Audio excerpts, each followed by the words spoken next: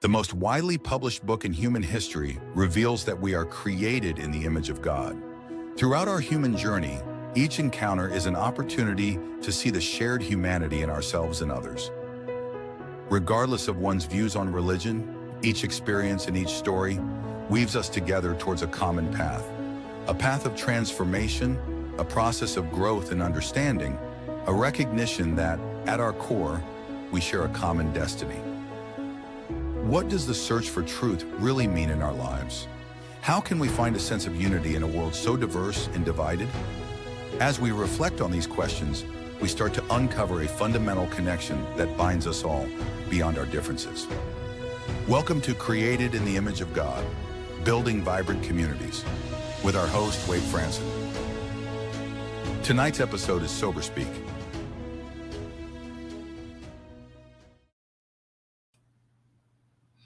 Hello, everyone, and welcome to Created in the Image of God.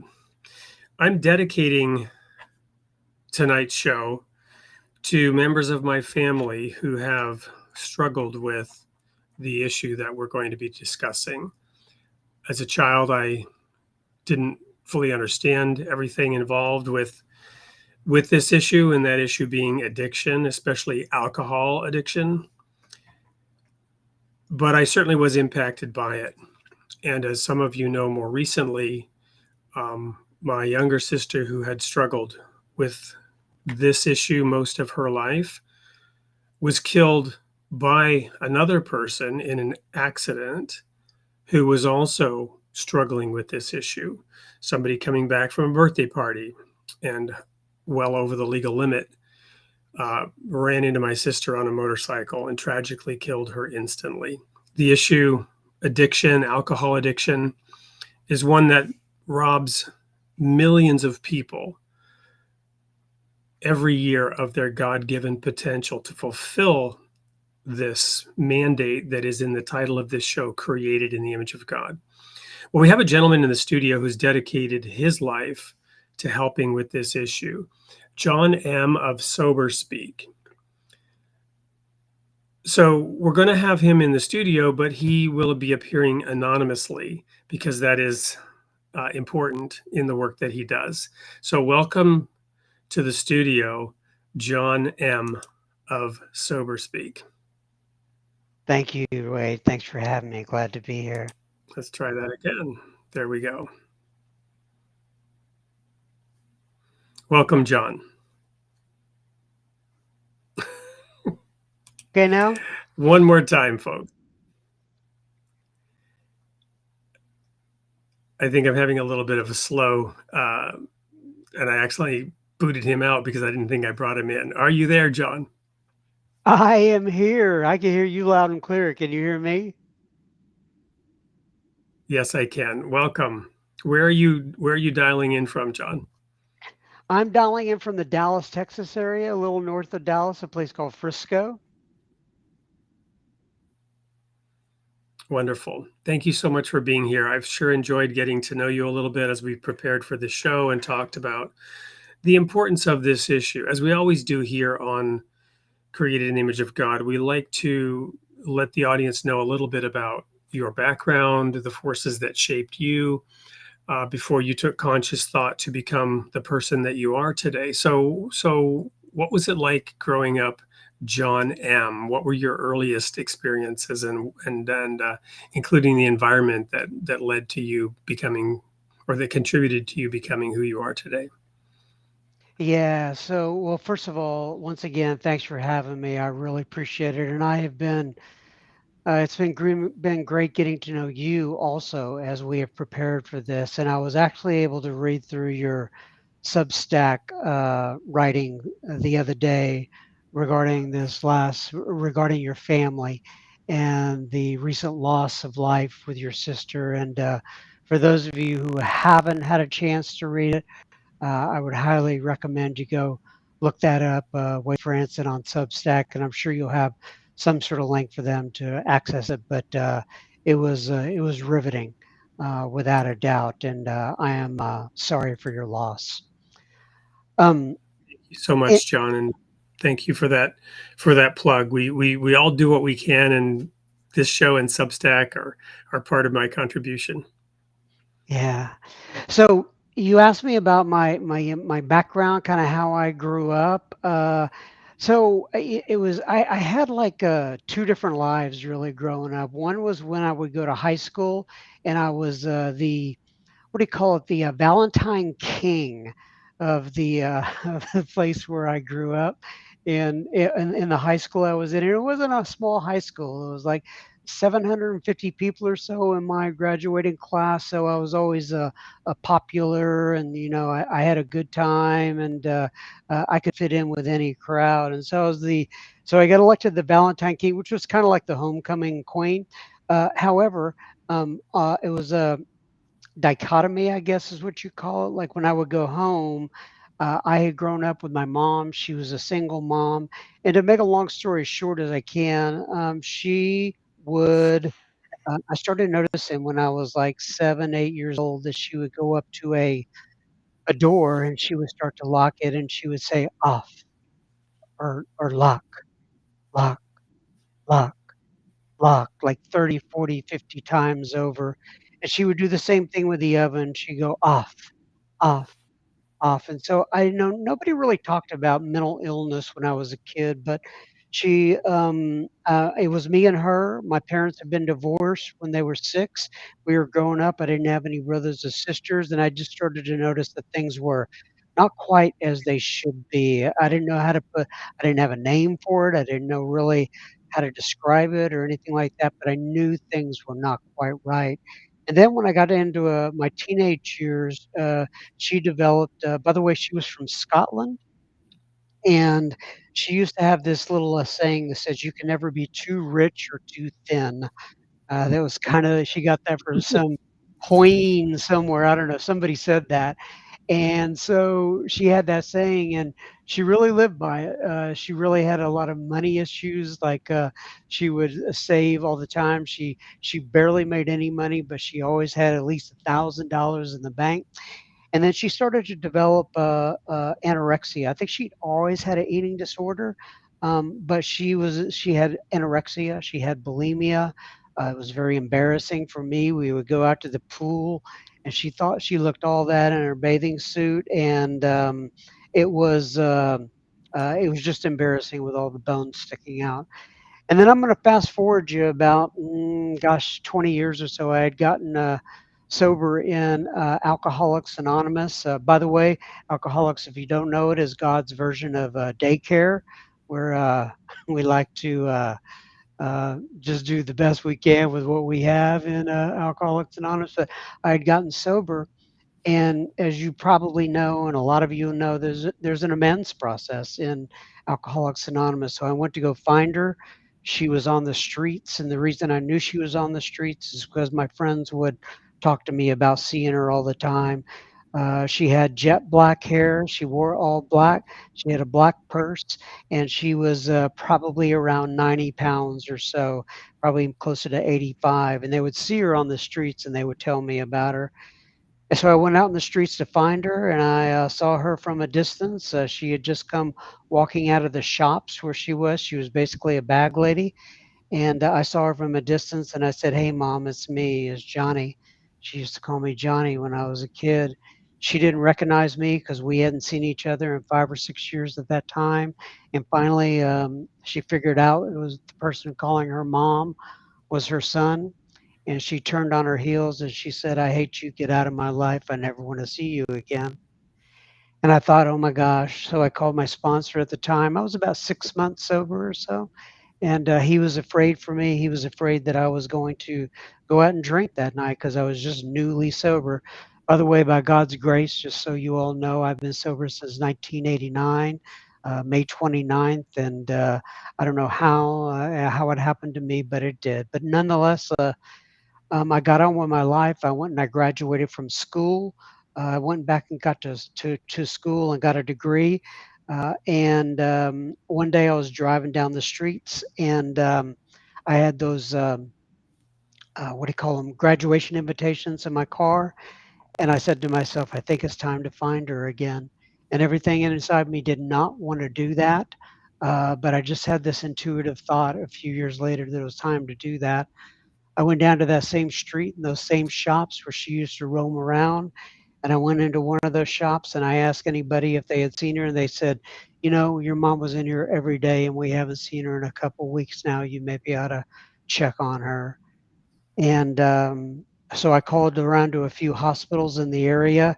And finally, I called down to Parkland Hospital, which is like a, you know, county hospital or city hospital. I was able to get, and they said we can't confirm or deny, but about a couple weeks later, they called me back, and they said that a judge had deemed her both a danger to herself and to society, and that I needed to, that she said it would be okay for me to come down there and see her. And so I went down there to see her, and as I opened the doors to that particular facility, she was sitting at a table.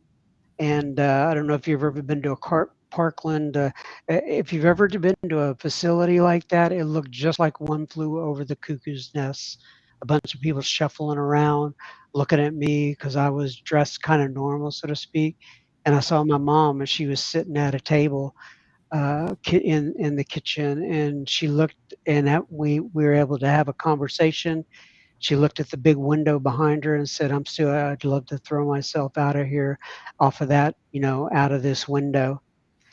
And we were able to have a conversation. And by the way, she was about 87, 86 pounds at this time, literally just skin and bones. And I saw her, and I was able to have a conversation with her. And during that conversation, she said, "You look happy. There's something different about you. Is it that God that you're talking about?" And by the way, we were atheists, we were agnostic. And so she knew something was different in me, and she had never said that before. So I had this conversation with her. And toward the end of it, I said, "You know what, Mom? I don't know what it is with you anymore. Or, sir, I don't know what it was that happened with me and you, but whatever it was, it's not with me anymore. And I love you. And I want you to be happy and joyous and free. And I don't know how you're going to get there, but I hope that I can be a part of that." So she got out, and I was able to have and then we were, we would have kind of visits every once in a while because it was just too much for me to go back in too soon. And to make a long story really short as I can, we had a good 10 years after that. And then she called me one night and she said, "Hey, listen, I'm having pains in my stomach. Can you come see me?" And I went and I picked her up and I took her to the hospital. And 3 days later, I was visiting with her, and she said, "I'm in a lot of pain." And so I called the doctor and I said, "Something's going on. Can you please give her some morphine or something?" You know, she's a tough lady. She doesn't complain about pain. And then I went back into the room to see her. She put her hand out, put it in mine, and her little eyes rolled up in the back of her head. And I knew something was wrong. And I ran out to the nurse's station and I told them, and they hit a button, and it was a code blue or whatever they call it. And all of a sudden, about 10 to 12 people were in that room trying to revive her. But she lost her life, and I was able to be with her at those last seconds. And so, anyway, there's a lot more to go on with that. Wade, I don't want to go on and on, but you asked me what it was like growing up, and I just wanted to kind of give Well, you a thumbnail sketch. yeah, I certainly didn't want to interrupt you telling that story. That's an amazing story, and I am so glad that you were able to connect and get some resolution there. And just just really the question that perhaps audience members have, and certainly that I have, is um, the part that we skipped over, which is, you know, what did your own challenge with addiction play into that at all? The break that happened in the middle of that story, And what So were the circumstances of how you began to get involved in alcohol? What yeah, was going so on there? at six, so here's the deal. I was a shy kid, and then around 17 years old, I found liquor, right? I went to a party, and this was a perfect storm. I've already described to you what I was living like at home, Yeah, and then I went to this party. I got drunk. I absolutely loved it. I enjoyed it. And then I started to become this popular guy. Like I said, I could fit in anywhere at any time. And here was the challenges. My mom wanted me to stay home all the time yeah, because that was the only sense of sanity that she had in her life. right. However, all I wanted to do was to get out of the house and to go party and to be with my friends. So we had now I don't think I'm an alcoholic because of my mom had a mental illness or mental illnesses. I think I was born an alcoholic, but it's like putting fire it's like, lighting a fire up underneath it when you have a situation like that. And all of a sudden I was able to get out, I was able to escape, and I went on with that for like 10 years or so, and I really made a good run of it. And oh gosh, I've got all kinds of stories, but basically what I ended up doing was working on a story for many, many years. And it just got worse and worse and worse. We always describe alcoholism in like three phases, right? The first phase is fun. The second phase is fun plus your first set of problems. That's maybe getting DWIs, having all these relationship issues, whatever it is, getting in a struggles with the law. And then the third phase is pretty much problems with a little bit of fun. And so I had to get to that third piece in order for me to seek out help. And thank God I found Alcoholics Anonymous. It's been a real godsend to me, and that's why I continue to carry the message of the 12 steps of recovery. I know it's not the solution for everybody, but it was definitely my solution. Yeah. Thank you so much for sharing that. Just a little bit of my own background to sort of level set here. Um, my parents, were part of that generation where it was very, very common and everybody drank, right?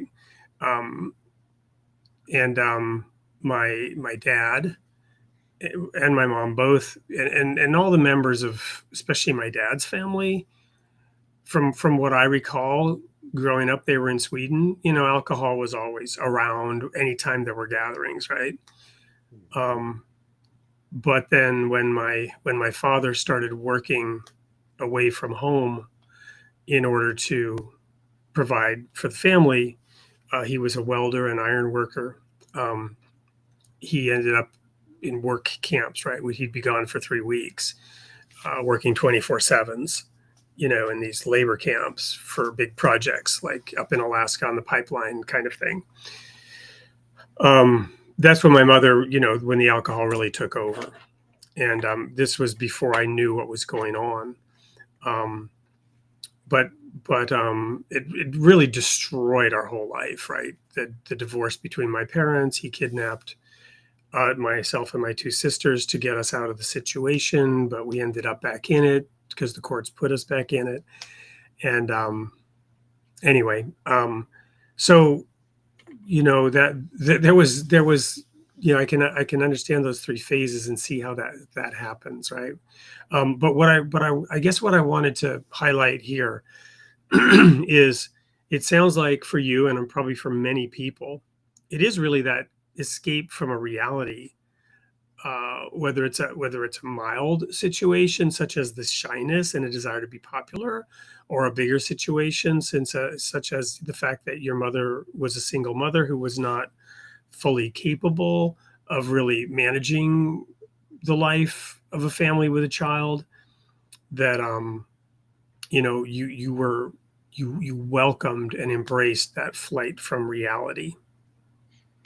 Oh, for sure. I would put it like this: is that whenever, especially during the last third of my drinking, I could just I would have everything, all of these, fear, dishonesty, resentment, selfishness, everything going on in my brain all day long, and all these voices talking to me, and I would just pull up to a liquor store or a beer store. And right there in the parking lot, I knew that I was about to go in. I was about to get some alcohol, and these springs that have been wound up inside of me would just all of a sudden release. And even though I had all these fears and challenges and I was distraught, well, what would happen is I would take that first couple, 3 beers or so, 4 or 5 to 6, and all of a sudden, like, I had lost hope, but the hope would come back. And all of a sudden I would start to have visions, and I would start to make goals, and I would start to think about life and about how life was going to be better, and about how these things I was going to do tomorrow, and how it was all going to be better tomorrow. But unfortunately, as you know, that wears off. And then you wake up tomorrow and you're dealing with what you call the 4 horsemen, right? Bewilderment, despair, fear, and all these voices start happening in your head again. And then thus begins the cycle. And you swear, hey, I'm never going to drink again. And then by 3, 4 o'clock, whatever it is, I'm back at the liquor store. I'm back doing, I did a lot more, by the way, than just the alcohol. But, I was heavy into addiction in many arenas of my life. Well, John, thank you so much for sharing your story, of your early experience. And we're going to go to a quick commercial break. When we come back, we're going to talk a little bit more about that escape from reality, and how it impacts people, and then how the 12-step program, Alcoholics Anonymous, helped you really come to a new understanding, a new dance with reality. We're talking with John M. of SoberSpeak on the Creating the Image of God show. Don't go anywhere. We'll be right back after this brief commercial break. In a world where faith takes root and blossoms, comes a journey of growth like no other. Blooming for Christ, a captivating exploration of spirituality and the remarkable parallels between a plant's journey and our own. Just as a seed must germinate to become a thriving plant, our spiritual timeline begins with a single decision. Through the insightful words of Reverend Barbara Brian, this book takes you on a transformative quest. A journey of growth that echoes the stages of a plant's life. From the tender shoot of a young believer bravely facing the world, to the full bloom of faith experiences shared and cherished. As seeds of faith are sown, new believers are nurtured, and the cycle continues just as God intended. But the journey doesn't end there. As the plant matures, so does the believer, becoming God's chosen harvester in gardens of divine purpose. Reverend Brian's guidance, rooted in scripture and wisdom, gently leads you through the seasons of your spiritual life. Join us on this journey of discovery and renewal, a journey that unveils the beauty of your faith and the transformative power of God's love. Blooming for Christ. Embrace your season of growth and let your faith bloom. Available now.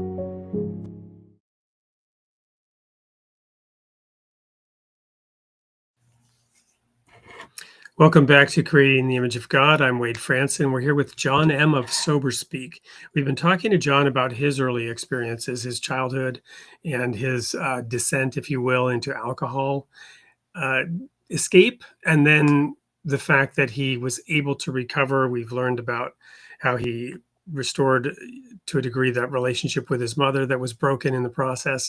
So, John, tell us a little bit about the process of getting sober, the process of regaining hope, maybe even a little bit about the mechanics of having a sponsor, and then the steps of that 12-step program that you Yeah, went of through. course. Yeah, happy to. So, I am not one of these first-time wonders. We call them one-chip wonders when somebody comes into AA and they just end up staying, and then they never get drunk again. However, I was somebody who was in and out of AA for 3 years, so to speak, or 3 years right in that area, from 1986 to 1989. And during that time, here's what would happen. Always this one thought in my head would say, okay, one more night of fun, and then I'm going to start over tomorrow. However, it was never that clean, right? I always looked beat up when I got back. And so this last time that I came in, I got a sponsor. His name is Bob. He's still my sponsor today. It's been since 1989. I tell him it's temporary because I want to keep him on his toes. But he has been my sponsor since 1989. And so he took me aside and he says, "Hey, man, have you ever worked the steps?" I said, "Well, no. I think like, wow, I could have had a V8. No, I haven't worked the steps. And you know, how crazy is that to go to a 12-step program, go to meetings all the time, and not work the 12 steps of Alcoholics Anonymous? So he got me into the steps. We worked those things.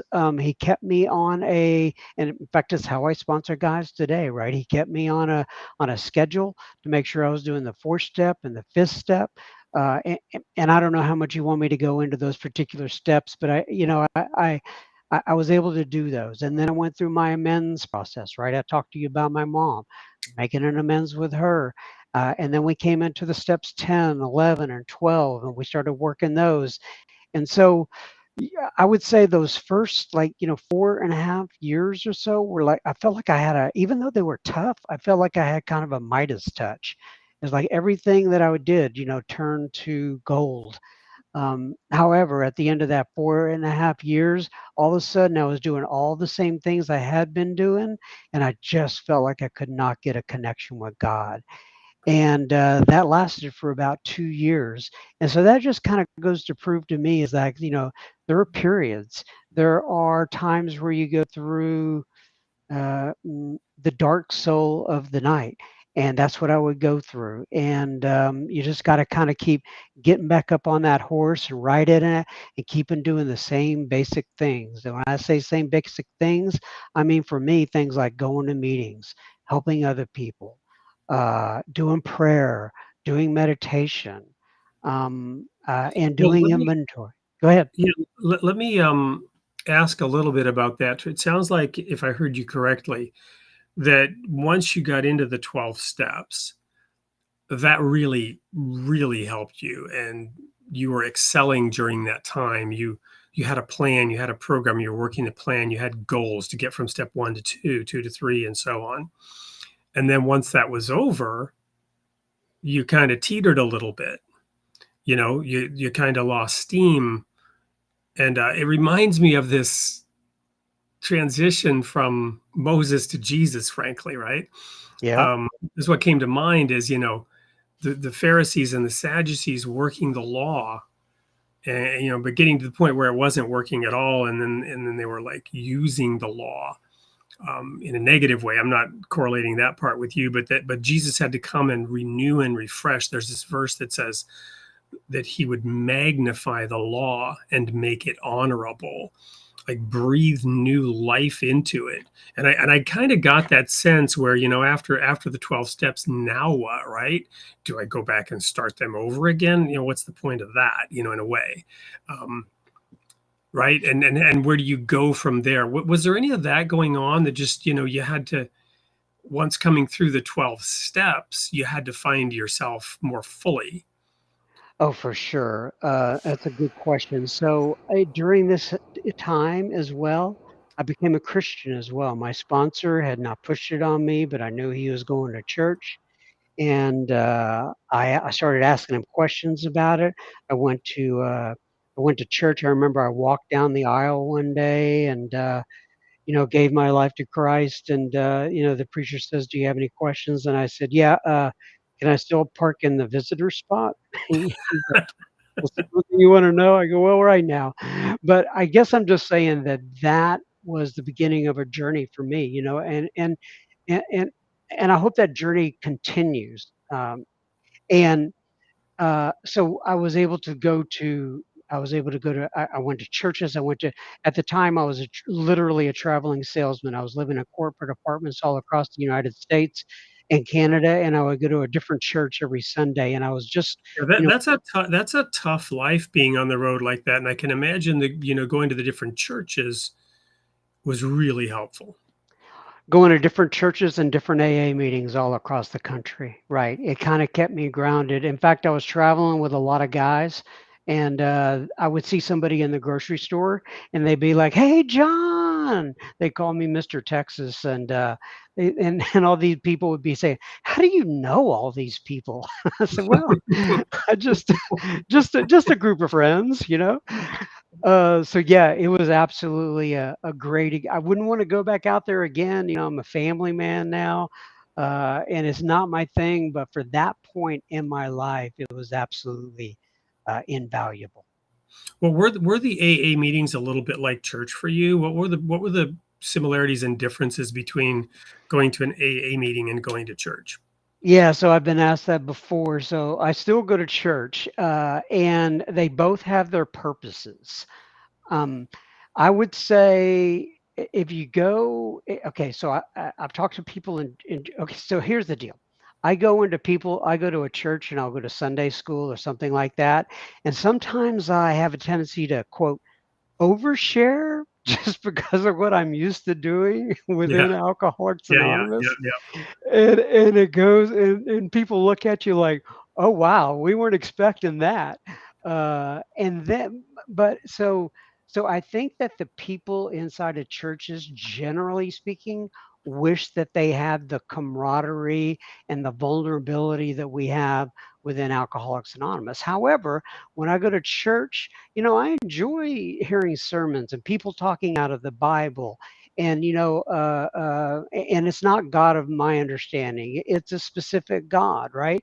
So they both have their purposes, and the church has done like so many good things for um, uh, society as a whole. I know the church is not perfect, but on the balance, I think they've done very well. And there's a saying in AA, this is, our primary purpose is to carry the message to the alcoholic that still suffers, right? That's what we're there for. We're not to do anything else. We're not there to, tell you how to vote. We're not there to tell you how to, I mean, we just don't get involved in quote outside issues. All we care about is if you have a desire to quit drinking, you are welcome here, and we're here to help. So let's thank you so much. I want to get into the step. We had a couple of questions about the steps. We'll get into that in a minute. I want to talk about this God of your understanding, right? Share a little bit with me and the audience the perception of God that is, the official perception, which is probably very vague, but there is some perception or some description of what that higher power is within the 12-step program. Yeah. So when somebody comes in, I mean, and it talks about this all throughout the book. First of all, I don't want to say I speak for Alcoholics Anonymous, right? I am an example that the book works, but I don't Yep. want to speak for AA. But, I've been to like a lot of meetings, and my perception of this is that we don't, really care. We don't really care. Um, what you call your God, what the name of your God is, or how you perceive your God. But we do know that it takes a quote spiritual experience in order to it took a spiritual experience for me in order to stay away from that drink one day at a time.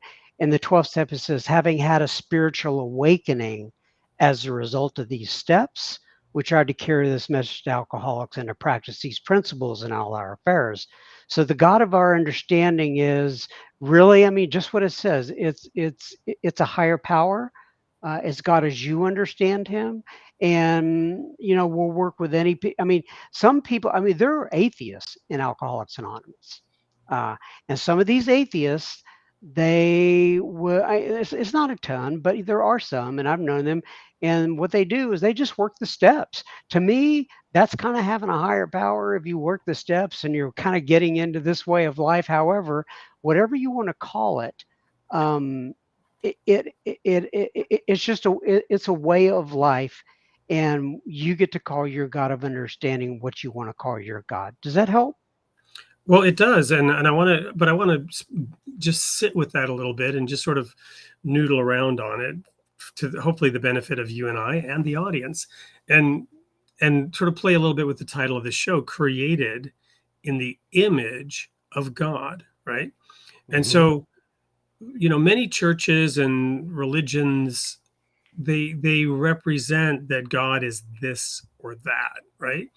And and speaking of the Bible, I want to talk about a couple of commandments. The first four commandments are, mostly related to loving God, and the talking about the 10 commandments, and then the next six are our fellow man. The fifth commandment is a little bit of a bridge: honor your father and mother, right? They are kind of God to us when we're very small, and they are our creators. I joke that teenagers are God's revenge. We create them as infants and babies, Right. and then they grow up and pretend we don't exist when they become Right. teenagers. So I say that jokingly because I have two teenagers in my house. But so a couple of interesting things about the commandments. The first one is, thou shalt not take the name of the Lord thy God in vain. And I'm sorry if I got the numbering right. I used to spend a lot of time on the 10 commandments, but a little less time today. So anyway, thou shalt not take the name of the Lord thy God in vain. And so I don't use the phrase, oh my God. I just don't. I feel personally that, your mileage may vary, but to be flippant and just, say, oh my God, all the time, to me, that's an instance of doing that. But also, if I represent that I am a believer in God and that I am submissive to God and that I am giving energy and headspace and my life to obeying God, then if my life doesn't match up to that aspiration, I'm taking the name of God in vain by associating myself with God and then not representing that association. So that's just an interesting thing that I think about a lot. The other one is, thou shalt have no other gods before me. Thou shalt not make any idols to bow down to them. Well, this really gets into the nature of a God of your understanding, because whatever our understanding of God is, and I don't care who you are or I am, whatever my conception of God is, it's not accurate, right? It is not Yeah. God. Right. So it is an idol. And we've had this gentleman on the show with a PhD in the philosophy of religion who's written a book called The Philosophical War. We're working on reissuing that and doing the 2 sequels to it. It's a trilogy he's working on. But he really brought that home, that our concepts are what keep us separated from God in reality. He hadn't even made the connection about the false idol, and but it's right there. It's obvious. The biggest concept that we might form in our head that is inaccurate is God himself, itself. Whatever we think of God, he's not that, right? Yeah. And the flip side of that is we are created in his image. So depending on if this particular church, with a lot of people who are sort of like-minded and have similar viewpoints and have formed a common conception of God that is accepted in that grouping or in that denomination, that's a collective idol, right? You follow me? A collective false representation of God. And somebody who's different from them will look at that and say, yeah, that's not for me. But God is so much more vast, and every single one of us, with all of our unique differences, we are all created in God's image.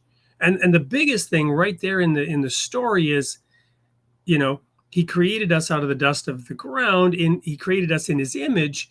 Male and female created he them. There's already a massive differentiation. Is God masculine or is God feminine? We call God him by tradition in the Bible, but women are created in God's image. So is God a woman then? Right? Well, God's not a man, really, and not a woman either. And you got the woman and the man, and both were created in God's image, and every single one of us in all of our differentiation. So from that perspective, I love and embrace the Alcoholics Anonymous welcome of, you need to figure out what that higher power is for you that will help you and motivate you. And I love that you contrasted that with church to say, well, that also has its place of people who are really diligently looking into the book and making a great effort to say, let me conform my understanding of God with what God reveals about himself. Yeah, that's right. So what I was thinking of, I work with a lot of guys when they've come into AA, and the vast majority of them have some sort of struggle, if you will, with God. And really, what it ends up coming down to when you start asking more question is they're not so much struggling with God. What they're struggling with is somebody else's conception of God. Right, right. Or their perception of somebody else's conception of God. That's right. Yeah, that's right. More fairly said, right? Because, somebody might say, I don't like your God. It's like, you don't know my God.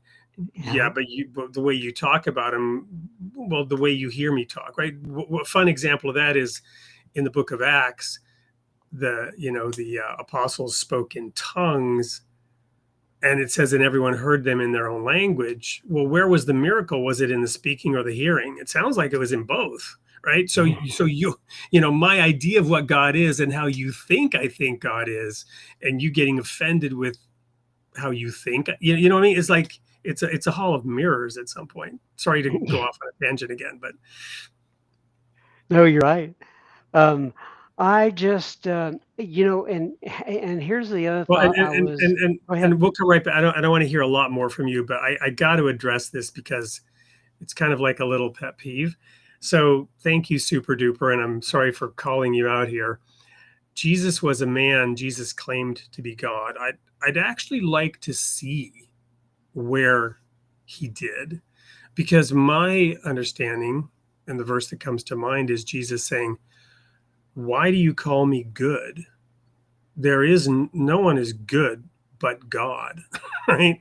So Jesus very much draws a distinction between himself and God. Why are you calling me good? There's none good but God. Then he says, but if you would enter into life, keep the commandments. In the 12-step program, the Alcoholics Anonymous would be like, whatever your concept of God is, yeah, okay, that's great. Even atheists can get value out of the 12-step program, work the program. Right? Right. Yeah, it's a way of life for sure. And I'll throw this one out there from Stella. Do you feel that AA helped you become a better listener? Well, clearly I'm talking too much and I didn't go through AA. So let me become a better listener, John. Please do share some more about those 12 steps and about your experiences there. Yeah, so yeah, dude, AA has definitely helped me become a better listener, because what I've noticed is, especially over the last 10 years or so, is that I will sit kind of like the be still and know that I am God.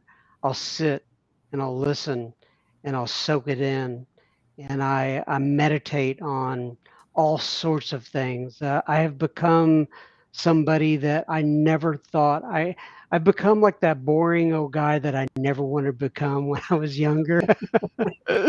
I like to say, I don't like the ups and the downs and the highs and the lows.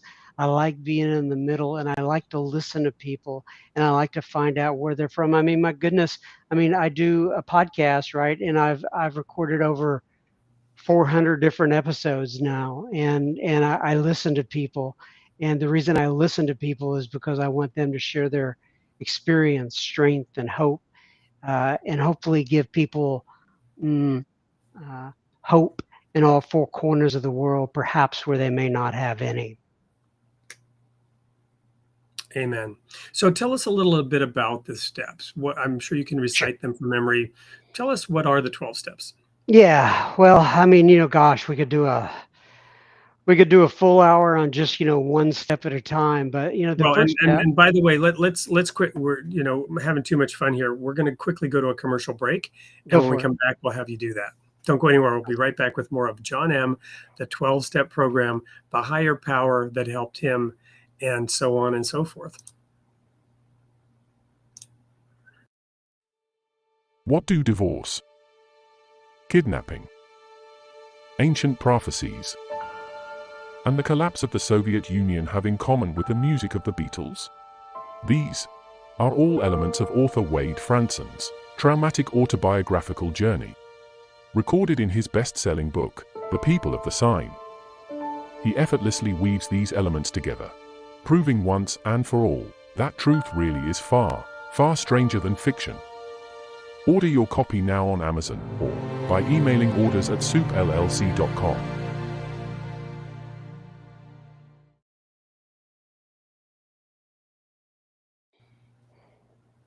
I clicked on that before I realized it was my book. The producer threw that in there, but I guess it's appropriate. We could throw, and also alcoholism is woven into that story. So tell us now about those 12 steps, John. So the 12 steps are something that the founders of Alcoholics Anonymous, in particular Bill Wilson, came up with. He wrote a book back in 1939, and they released them. And I'm sure they've been used in all sorts of different ways for all sorts of different programs. But step one is admit it to God, to ourselves, and to another human being the exact nature of our wrongs. And then you hear That would be called repentance of a sort. Yes, yeah. And number two is came to believe that a power greater than ourselves could restore us to sanity. That's where hope comes in. Which and I know that made go Jesus redemption. Yeah. I've and so done this before. I find it interesting. Go ahead. Yeah, it's very interesting. There are a lot in fact, there's a lot of Bible studies that are based around the 12 steps of Alcoholics Anonymous. And what they do is they match up a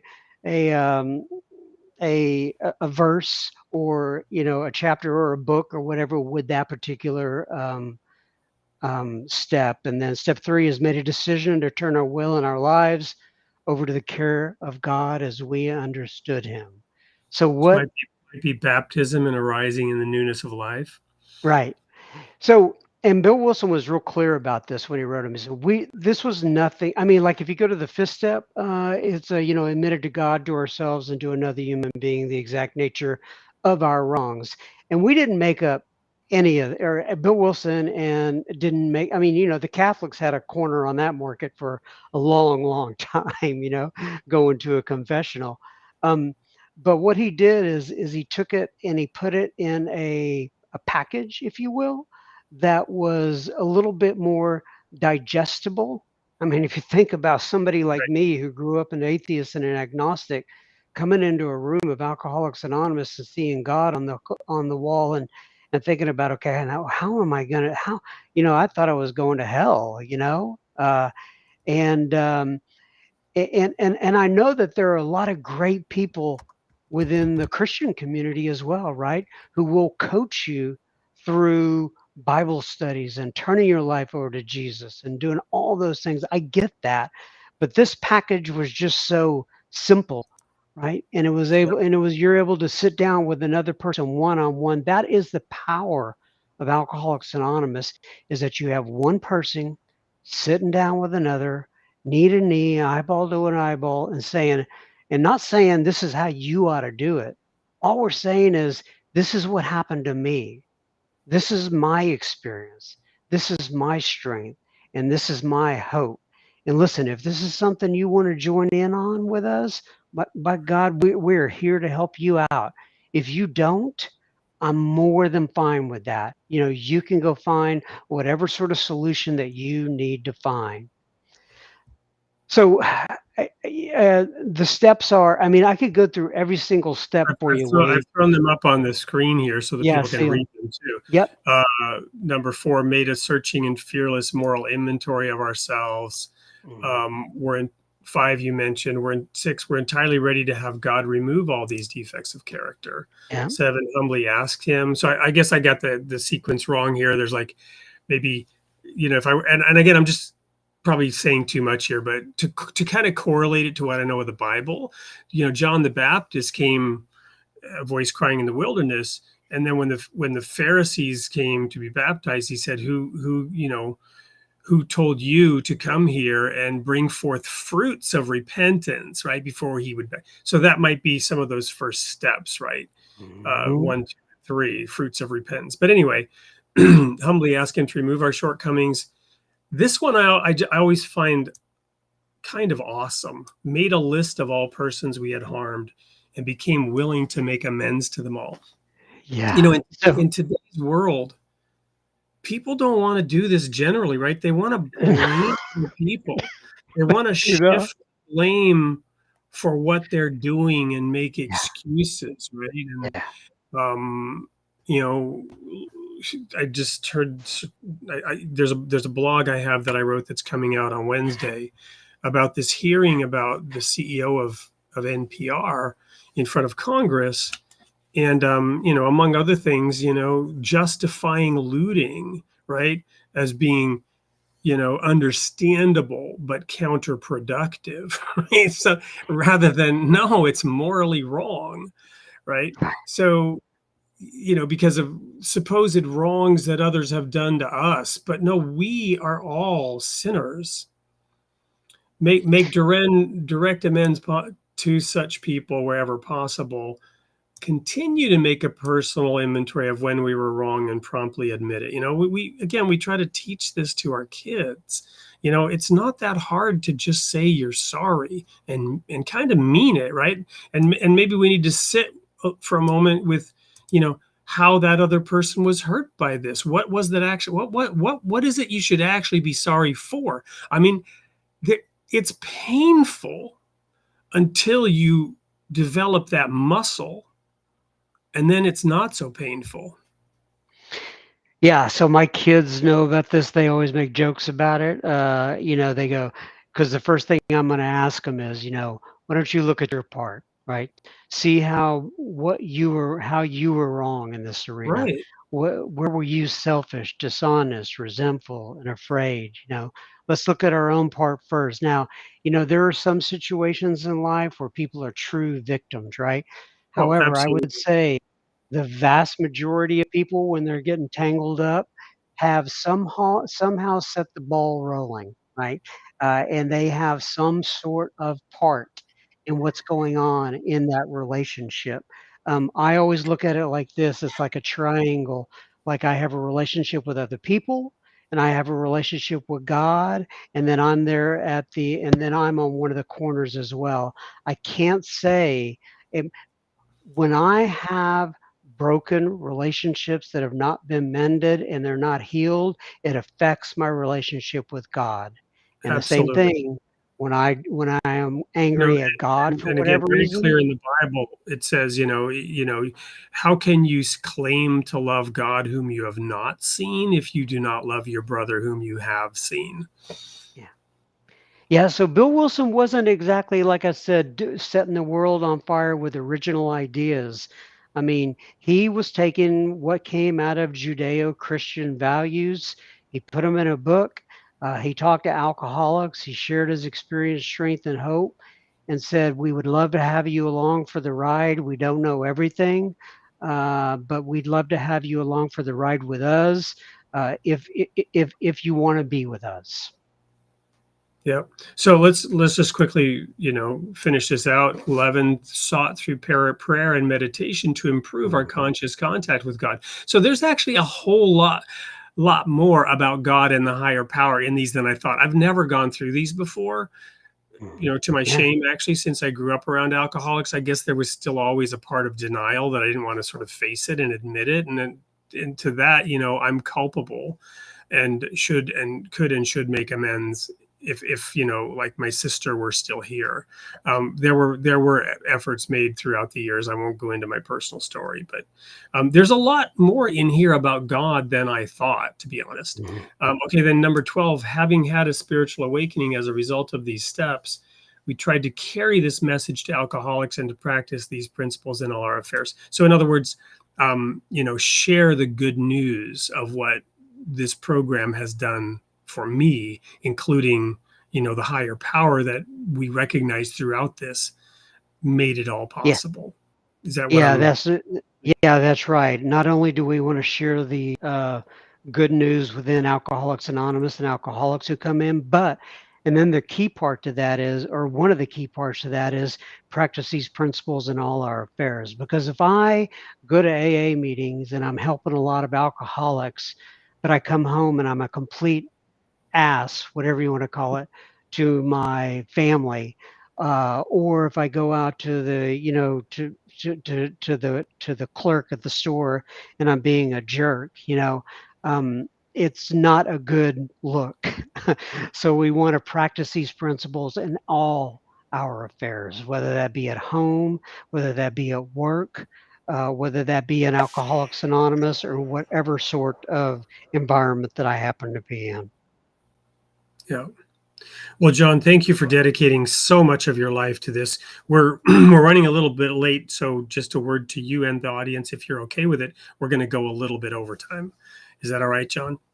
Fine with me. Yes, sir. Great. So then I'm going to go to our last quick commercial break here. When we come back, I want to say, okay, where are you going to grow next? Right? Where are you growing next? What, after all this work and all this dedication to this program and other people, which is really why you do it, right? To help others. What is the feedback? What is that higher power showing you now? And also maybe to think about in the break, how has your awareness concept of that higher power grown over all of this? Don't go anywhere. We'll be right back with more of John M. of SoberSpeak. Welcome to the Royal Falcon Foundation.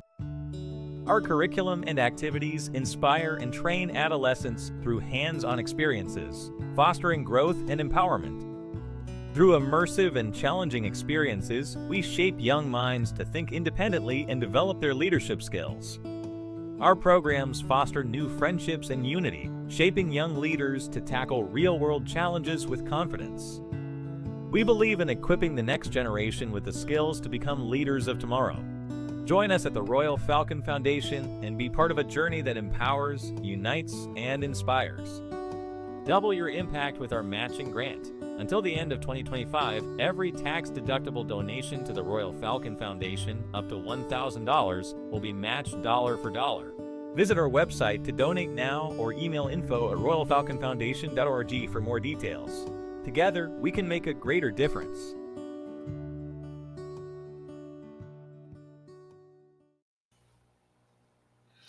Welcome back to Creating the Image of God with John M. of SoberSpeak. Right before the break, we were asking the question, where are you growing next? After all this dedication and service, what's the feedback to you? What is God showing you about what's next for you, and how has your concept of that higher power grown over the years? Mike, over to you, John. Thank you. Well, let me say this first off. I pray that if we talk again in 5 years, that my conception of God and my belief in God and what I feel about my relationship with God is not the exact same. That would be a travesty. And then, I was thinking while that commercial was playing, is that, it's not like you go to a church or something and people turn 55 and all of a sudden they say, well, I'm eligible for AARP now. I'm not going to grow anymore, right? Much like God, I believe God is always creating, right? He's always pushing out new things. He's always like, he's just always in the creative mood. And that's what I want to do. I want to be able to listen to that still, small, quiet voice within me. And when I hear it and he pushes me, I'm able to fly, right? And I'm able to help, and I'm able to become something new. I don't want to be the same guy right now that I am in 5 years. I don't want to. Um, it's what keeps me going, right? Is by being able to help, and I can do more episodes of my podcast and I can do more helping other individuals. But really, that part that gets me going is when I feel him saying, "Okay, it's time to create something new." And to be something new and to be part of something that is greater than yourself. Wonderful. So what are some of the memorable moments over the course of this, whether it was with your own progression through the 12 steps, or I assume you may have become a sponsor of others? And also, I guess, a curiosity, do you sponsor multiple people? Your sponsor, do they sponsor other people, or is it kind of like a one-on-one mentor relationship typically? Yeah, so I do sponsor quite a few guys. So here's what happens, right? I probably sponsor right now, I'd say 15 guys who call me Wow. their sponsor. However, some guys call you once a year, right? Some are, they really take up a lot of your time, and some are, and it depends on what. I have a tendency to get guys that ask me to sponsor them that have been sober for quite some time, and they want somebody who's been sober longer than they have, and they, for some reason, want me to sponsor them, and they think they think highly in some form or fashion of the program that I work. And so, but then I also get a lot of like new guys. And when you say new guys, I mean when you have somebody who's fresh off the street and they're trying to go through this and they're like I was when I first came in and my sponsor worked with me in 1989, it's a completely different type of relationship, right? You just got to get them, got to get them up and straight and kind of get their sea legs straight. And some of their sea legs sturdy, and sometimes you become really good friends with these people and you're lifelong friends. Other times it's just kind of, you don't really have a connection. But I know that my job is, if somebody asks me to help them get sober, to take them through the steps, and my job is not really to be a financial counselor for them or a psychiatrist or anything else.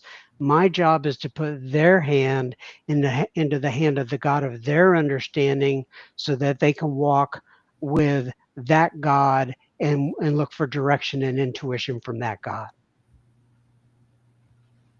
Wonderful.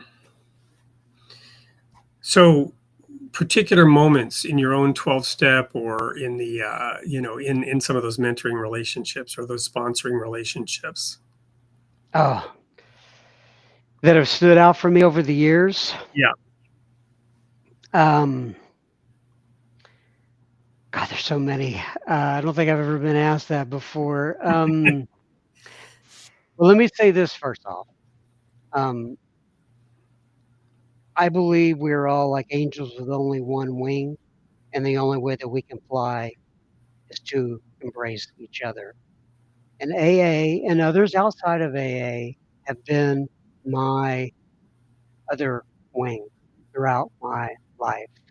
Uh, in terms of things that stood out with me or have stood out with me, I would say that's really back at the beginning for the most part, with all these people that in fact, I was talking about this again in a meeting the other day. Is that now I got sober when we didn't have cell phones or anything like that, and I can remember sitting on my apartment floor and talking to my sponsor at that time, and him calling me up and talking to me.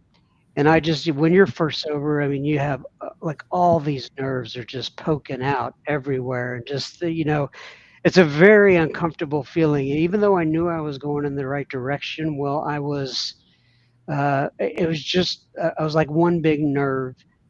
And my sponsor called me, and I was talking to him, and I'll never forget. I was on the phone sitting on that apartment floor, and he said, he said, "John, we love you, and we need you here, and we want you here." And I just started breaking down because nobody had told me that in a long, long time. And and I just hung up the phone, and I just started sobbing, and I could not quit sobbing. And I still tell guys that today when they come into the program, right? Because a lot of people are coming in pretty bad shape. And I'm able to say, we love you. We want you here. We need you here. And if you need some help, we're here. And so I'm able to pass those sorts of things on. Wow. Well, John, thank you for that. I think I often forget that simple, powerful statement. All this talk, all this philosophy, all this theology that I love to geek out on, creating the image of God. Well, God tells us what he is. God is love. Mm-hmm. That's right. And and I want to say this too, is like I was ripe for the picking for the Moonies or any sort of big cult that was out there. And I'm just so glad that for me, I ended up in Alcoholics Anonymous. And I've heard people say that AA is a cult, it's kind of a Well, thing out yes. there. Yeah. So allow me to say in defense of the Moonies, which I don't need to defend and not trying to defend, but just sort of as a fun turn of phrase, in defense of the Moonies, um, I was a minister in a group that many people would call a cult. And people say, well, was that a cult? And I usually say, do you think the Catholic Church is a cult? Not to pick on the Catholic Church, but just because it's the biggest, right? It's the biggest one. So do you think the Catholic Church is a cult? And if they say yes, I'm like, well, then yes, I was in a cult. And if they say no, then I was like, no, I was not in a cult. Right? It depends on your definition of cult. True. I think the difference is that I think AA has some cultish type. Like we have our own language and all that sort of stuff. And But it's certainly but not very coercive, right? Nobody's, people are right. certainly trying to help you in the door, but there's an easy way out. Just go have a drink. Right? Well, yeah, the easy way out is you just leave. Nobody's going to Right. chase your family down and threaten them if you don't come back in. And I think that's one of Yeah, the. and I don't know that the Moonies did that either, but maybe they I did. don't know either. I just Exactly. happen to pick them out. That's all. That's I all know, I I know, remember. I know, I know. So anyway, John, this has been a true pleasure, and thank you again for bringing it all down to love and for really, in a few simple words, helping us all remember how important it is to tell others that we love them and to hear it ourselves. And if nobody's telling anybody that they love them, then nobody's hearing that they're loved. That's right. That's right. So to the audience, I love you all. Thank you for being here. We couldn't do this show without you. Wouldn't have been able to sort of corner John and get him to be here and to meet him and to have him share his stories with us. So, we're all stronger together. We're all created in the image of God. God has abundance in everything he does and abundant love. So, John, any last words you would like to leave with the audience before I fulfill my final duty, which is simply to air the sneak peek for next week's guest? Sure. I'll tell a little story here real quick. It's very quick. And I remember I remember hearing this when I first got sober, and it meant so much to me. It's about God talking to his people on the mountainside. And God looks down, and it's an old Irish poem, by the way. God looks down and he says, "Come down to the edge." And the people say, "No, we can't. We may fall off." And God looks down to the people. He says, "Come down to the edge." And he said, and then the people say, "No, we can't. We're afraid." And then God looks down to his people and he says, "Come down to the edge." And as they come out to the edge, God pushes them and they fly and they never know fear again. And to me, that's what my journey has been about. It's been about walking down to the edge and knowing that God has my back and flying and avoiding that fear. So anyway, I just wanted to tell that little story real quick. Well, I thank you for that, John. And I'm gonna say that in honor of you being here tonight, this is episode 150 something, right? I've never really had sort of that closing tagline, right? This is actually 161, and I'm inspired to try out a new closing tagline for the Created in the Image of God show. So I'm gonna air the sneak peek, and my last words tonight will be the new closing tagline inspired by John M. anonymously, and that is simply, until next week, remember, you are created in the image of God, and God loves his creation. Love See it. you next week. I'll think of you now every time I say that if I remember it. So Well, thank everyone, you for having me. yeah, thank you, John. Everyone, it's been a wonderful evening here with John. I hope to have you back, John, and learn more about your work and what you're doing. This hour just flies by. And we're going to air the sneak peek now. And until next week, everyone, remember, you are created in the image of God, and God loves his creation. See you next Love week. it.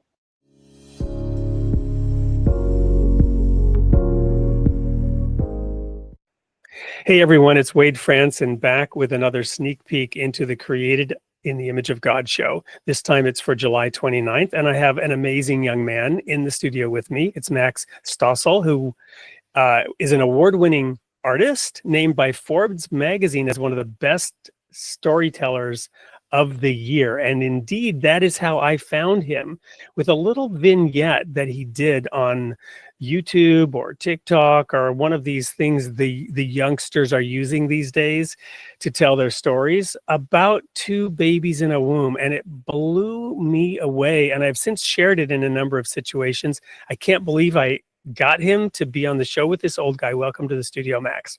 Thank you for having me. Yeah, I'm glad to be here, and I'm glad that story resonated. Well, it did, and somehow we have this mystic connection because you live in Brooklyn, New York, and I live in Brooklyn, Wisconsin, and here we are. So tell me, Max, what led you to focus on that story? And I understood you did more with that story, or you'd already done more with that story before you put it out in an electronic format. I find that story to be one of the best articulations of something that is so beyond articulating, which is the divine and God and life and what we're doing here. And I have always, since it was shared to me by my friend Alice Frank, who's a brilliant rabbi and storyteller in her own right, and I love that story and I share it all the time. And it's become the opening for this show about consciousness and life and death and my mom and psychedelics and love. And it now opens that show that I performed in New York for about a week, and I'm figuring out the next steps for. But it's a piece of art that I love very much. And yeah, it's just seems to touch a deep, intangible place, and I'm honored to pass it along to the world. Well, I'm excited to spend an hour with you in the studio exploring, your relationship with your mother, the nature of that story. I have my own stories, as my audience knows, and I feel confident that I'm going to learn some things from having you in the studio. One of the things that you shared with me as we were just preparing to do this little sneak peek was that your mother told you there is no afterlife, we just rot in the ground forever, and that didn't damage you permanently. How have you dealt with that, and how does that work out in your art and in your relationship with her? She didn't frame it like that when I was young. When I was young, I think, and I asked about it, she got sort of very intense and was like, people believe all sorts of different things. Like, for me, the way I comfort myself is it wasn't bad before I was born. And I think it would be a lot like, before I was born is probably after we die. But then as an adult, as I have been bringing these ideas that we might be preparing for life after delivery, that there is a beyond or a God or a consciousness or reincarnation or whatever that might be. Now she says it like, sounds nice, Max, but I think we just rot in the ground forever. And so as adults, we can have that conversation more lightly. A kinder, gentler nihilism. Something like. In any case, Max, it's a pleasure getting to know you here very briefly, and I'm very excited about the show that we're going to do together on July 29th. And to the audience, this is one you're not going to want to miss. I very much look forward to this. We're going to have a lot of fun, and I think you will too. So show up for the Created in the Image of God at 8 p.m. Central on July 29th with Max Stossel. See you there.